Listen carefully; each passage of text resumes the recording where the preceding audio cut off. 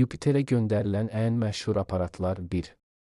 Pioneer 10 1973 ilk dəfə Yupiterə gedən aparat Yupiterin maqnit sahəsini və radiasiyasını öyrəndi. 2. Voyager 1-2 1979 Yupiteri keçərək digər planetlərə davam etdilər. Avropa, Qanimed, Kallisto haqqında ilk görüntülər. 3.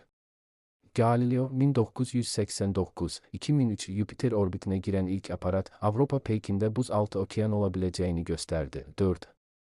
Juno 2016 hala aktivdir. Yupiterin qütb fırtınaları, daxili quruluşu və nəhəng maqnit sahəsi missiyası 2025-ə qədər uzadılıb və davam edir. Gələcək missiyalar Europa Clipper 2024-cü ildə buraxıldı.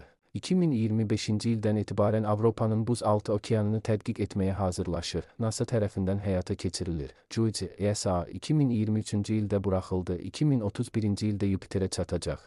Əsasən Avropa və Qanimed peyklərinə fokuslanacaq. Dostlar, kanala abunə olun və like atın, sizin dəstəyiniz bizim üçün çox vacibdir.